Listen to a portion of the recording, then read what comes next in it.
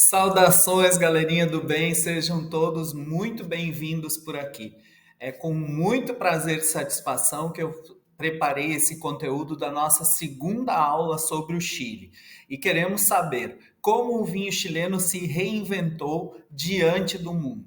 A concorrência era muito alta, o país vizinho argentino focando demais no Malbec, o mercado externo querendo conhecer as peculiaridades desse país fantástico, com fronteiras incríveis e uma personalidade estupenda no estilo de elaboração. Por isso, preparei essa aula com exclusividade. E o primeiro grande passo que o Chile deu em relação a criar uma tipicidade foi desenvolver o mesmo vinho, só que de uma maneira diferente, criando um caráter único para que as pessoas se apaixonassem. Parece muito simples falar isso ou explicar sobre isso, mas não é. Há uma preparação de muitos anos que precisa ser feita gradativamente para que a ideologia também mude na cabeça dos consumidores e todos possam aceitar lindamente essa nova fase do país. E os chilenos fizeram isso com uma eficiência muito grande. Eles têm um país incrível, né, de 4 fronteiras limítrofes muito importantes. Né? Tem o oceano de um lado, a cordilheira do outro, no norte o deserto do Atacama e no sul as geleiras. Então a tipicidade, a característica de cada micro-região dentro do país é fenomenal. Para isso, eles também passaram a aproveitar melhor as variedades. O Chile não produz mais Pinot Noir ao longo de toda a sua extensão, também não produz mais Cabernet Sauvignon e nem Carmener em toda a sua extensão. Micro-regiões foram formadas próximas da cordilheira, próximas da costa e no Vale Central. Essa distribuição de terra também fez com que o clima se ajustasse melhor nessas propriedades e as uvas ganharam uma qualidade muito superior. Quando a gente pensa em reposicionamento, né, de cultura, reposicionamento de plantas, reposicionamento de todo um segmento, é muito importante a gente entender o aproveitamento dessas áreas produtivas, tá? Então, o que o Chile fez foi exatamente isso. Foi mapear microespaços com pequenas porções de terra que são específicas, né? E aproveitando o clima local. Então, sem nenhuma influência de terceiros, por exemplo. Esse foi o grande passo. Quando eu falo do isolamento territorial, aqui fica bem claro, né? A oeste nós temos o oceano e ele proporciona um arrefecimento, né? Uma diminuição da temperatura do continente nos vinhedos da costa, o que permite-se ali produzir um estilo de Sauvignon Blanc, de Pinot Noir muito peculiar, super jovens e frescos. Se eu falar que o Pinot Noir chileno, de Casablanca e do Vale do Limari, tem uma lembrança com os Pinots da Borgonha, você pode achar até estranho. É uma lembrança. Estamos falando de um clima diferente, de um terroir diferente, terra específica e principalmente manejo especial dessas videiras. Então, não leve a mal por isso, mas quando degustar um vinho Pinot Noir chileno de Casablanca, né, ou do Vale do Limari, eu espero que você tenha um pouquinho de atenção para pensar nele como se fosse um estilo europeu. Eu tenho certeza que você vai curtir muito. Ao norte do Chile tem o deserto do Atacama, uma região muito árida, também de altitude. Aliás, é um dos principais lugares no mundo com o maior número de observatórios das estrelas, dos astros, né? Então, ali é um lugar onde as noites são muito limpas, muito frias e os dias muito quentes. Eles têm uma dificuldade com a questão da irrigação, então não é qualquer variedade que se adapta nesse lugar. Ao mesmo tempo, se nós pensarmos ao sul, o extremo sul do Chile, ele vem ganhando baixas de temperatura.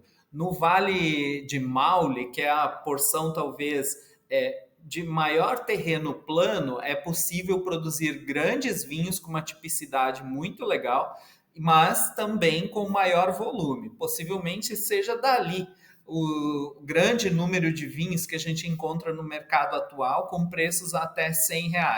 Mas eles são super equilibrados, com tanino fino e polido, a acidez bem justinha com esses taninos e o volume de álcool tende a diminuir a cada ano, ou seja, eles vão buscando uma expressão da fruta.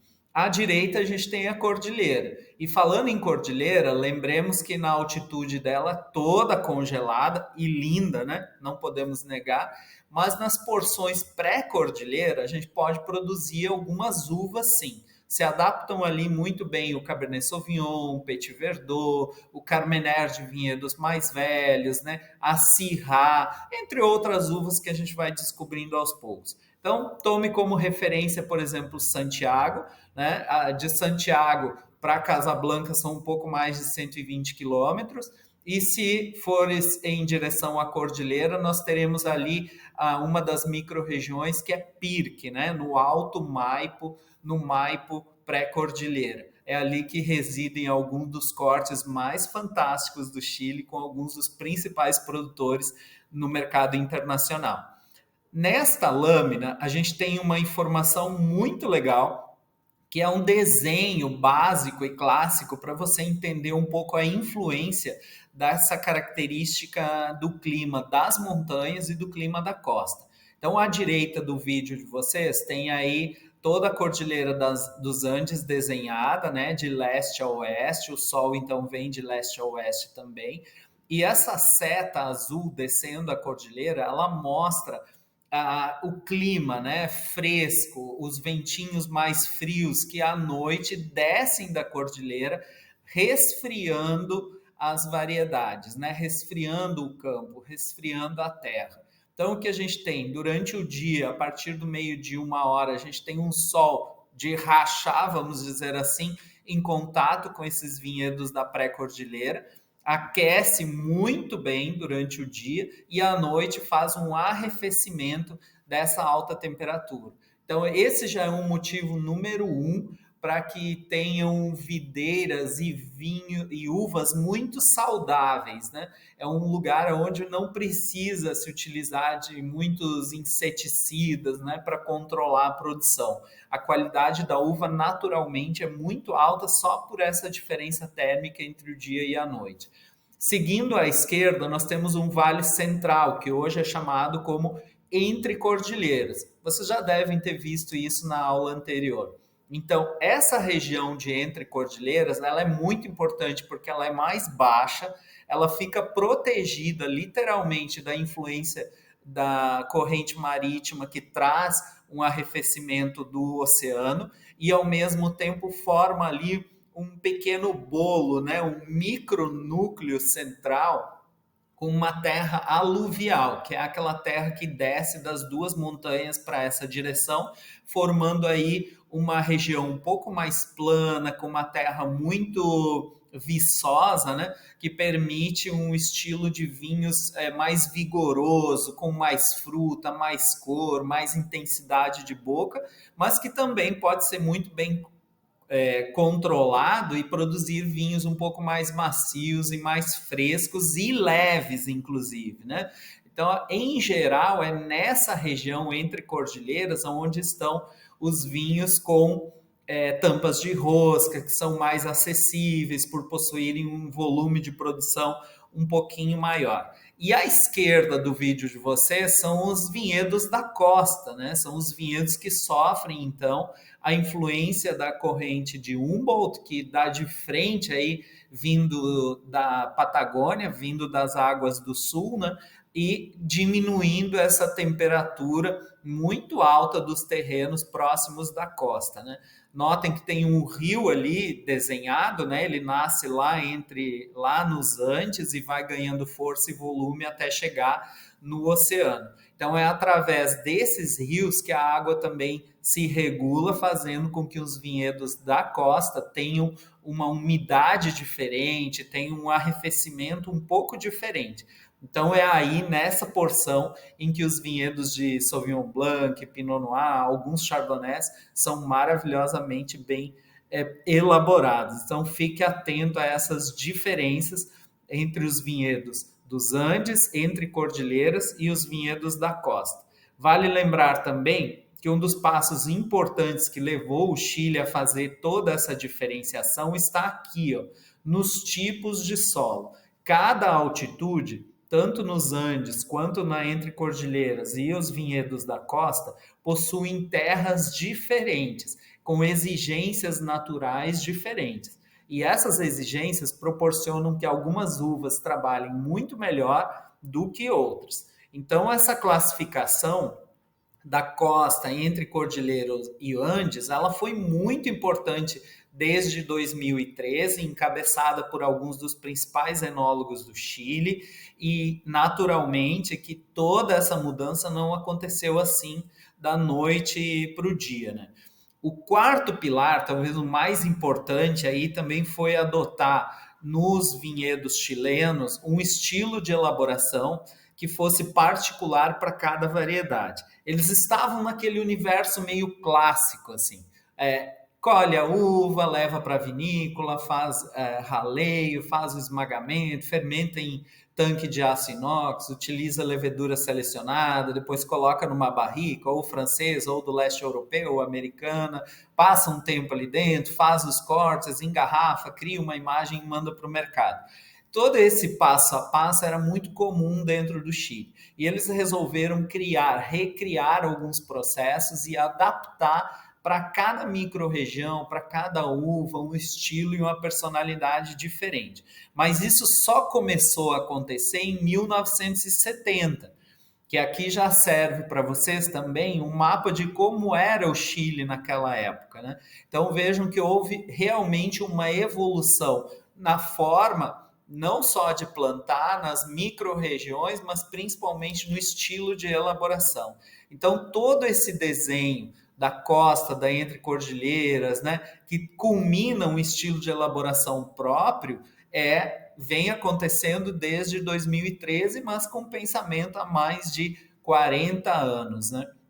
E aqui está o grande segredo dos vinhos chilenos na atualidade. Eles têm buscado uma eficiência em relação ao uso das barricas com a personalidade dos vinhos que são elaborados. Então, eles não utilizam mais 100% de barricas francesas ou americanas ou até do leste europeu em toda a sua produção. Eles têm mesclado com um grupo de tanques chamados boti. São umas bordalesas, umas pipas um pouco maiores do que as barricas tradicionais e elas equacionam um pouco mais de volume em relação à área de contato com o carvalho. Isso faz com que os vinhos mantenham um pouco mais o frescor, a tipicidade de cada fruta e ganhem um aporte de qualidade em relação ao carvalho, que é sempre inferior. O carvalho nunca está de maneira superior em relação à expressão da fruta de cada um desses vinhos. Existem vários formatos, esses são os mais conhecidos, né? E é importantíssimo saber que essa mudança aconteceu para que se tivessem vinhos um pouco mais frescos, menos alcoólicos, né? No mercado de vinhos nós chamamos de full boiled ou de power wines, né? Que são vinhos com muito corpo e muita estrutura. Os vinhos dos principais vinhos chilenos e um dos que eu mais amo, este é sem dúvida um deles, é o Memórias, que é elaborado pela vinha, é o principal. Então aqui já se revela aí uma característica muito importante, que é a presença de várias uvas no mesmo corte. Este é um dos produtores que está naquela porção do Maipo, no Alto Maipo, Pirque, né? É uma zona pré-cordilheira que já ganha mais corpo, mais personalidade, e essas uvas se adaptaram muito bem a essa região. Para a gente comparar um outro estilo de produtor, eu trouxe aqui o Vontade, que é elaborado pelo Gonzalo Guzmán. Tá? Ele tem 85% de Cabernet, utiliza também Syrah num percentual um pouco maior, mas apenas 4% de Carmener. Vejam que o Memórias também não tem Carmener no corte, né? Que é para não ter aquela fruta mais docinha, de geleia, né? E sim um pouco mais de corpo, mais de estrutura. O Vontade já traz um pouquinho mais de leveza, umas notas picantes com o Syrah e a estrutura do Cabernet Sauvignon com amadurecimento perfeito. Esse é um dos vinhos que já recebeu os 94 pontos do Antônio Gallone no aplicativo Vinhos, o que é um aplicativo muito importante no mercado internacional. Neste outro exemplo, eu trouxe o Grus, que é elaborado pelo Marcelo Retamal. Aqui a técnica de elaboração é praticamente a mesma. O Grus está no Vale de Elqui, ao norte do Chile, uma zona um tanto quanto mais árida, né? E ele utiliza um corte de várias variedades, todas elas com muita personalidade e elaboradas em fondres, que é aquele tanque que eu mostrei de barrica ali no final. Outro detalhe importante é que ele se utiliza da técnica moderna dos ovos de cimento, que fazem com que a fermentação aconteça de uma maneira mais sóbria, mais equilibrada, trazendo para os vinhos uma personalidade muito elegante e sofisticada. É um vinho que pode sim ser guardado por mais tempo, mas não é um vinho para ser guardado acima de 5 ou 6 anos. A mescla atual que está na loja permite que você deguste agora com altíssima eficiência. E claro, eu trouxe um outro para comparar com ele, que é o Mixto. O Mixto é um dos principais vinhos chilenos da atualidade. Ele tem 36 meses em barricas de carvalho. Então percebam o quão é importante a interpretação de cada variedade para cada estilo de vinho. Enquanto os outros produtores se utilizaram de técnicas um pouco mais modernas e mix de variedades específicos, aqui o Mixto abre o leque e traz com 41% de Carmener. Não utiliza Cabernet Sauvignon para que a acidez fique média, né, e bem equilibrada. Usa um pouco mais de Syrah para trazer umas notas de fundo de boca mais picantes, o Petit Verdot com bastante cor e personalidade e o Cabernet Franc, que é um elo de ligação fantástica entre elas. Mas não vou ficar por aqui. Tem um grande vinho no Chile, talvez um dos principais vinhos e responsáveis pela imagem internacional. O Almaviva, já ouviram falar? Ele é um produto que é produzido numa conjuntura muito especial. A primeira safra foi em 1996 e atualmente é a de 2015. E ao acompanhar as safras, a gente percebe também uma variação bem significativa de algumas variedades, com uma personalidade incrível. E notem que ele utiliza apenas 18 meses em carvalho francês com uma tosta específica, possivelmente média. Esse é um segredo que eles nunca vão contar para a gente. Mas o Almaviva é a combinação perfeita do trabalho, né, entre a Concheitoro e o Chateau Mouton Philippe de Rothschild, né? O Barão Philippe de Rothschild. Então, nós estamos falando de dois especialistas, um especialista em Chile e o outro, naturalmente, especialista em Bordeaux, que resolveram combinar suas expertises para ter um grande vinho chileno, uma dos rótulos mais conhecidos e responsáveis no mercado internacional pela imagem do Chile e aqui no Brasil também. Bom, eu fico por aqui, desejo que vocês tenham aprendido e gostado demais sobre essa versão, né, do Chile e fica aí o meu convite. Assinem o canal, essa é uma das aulas que eu gravo para a imersão de vinhos, o Vinhos na Real. Divirtam-se, bebam vinho e até breve.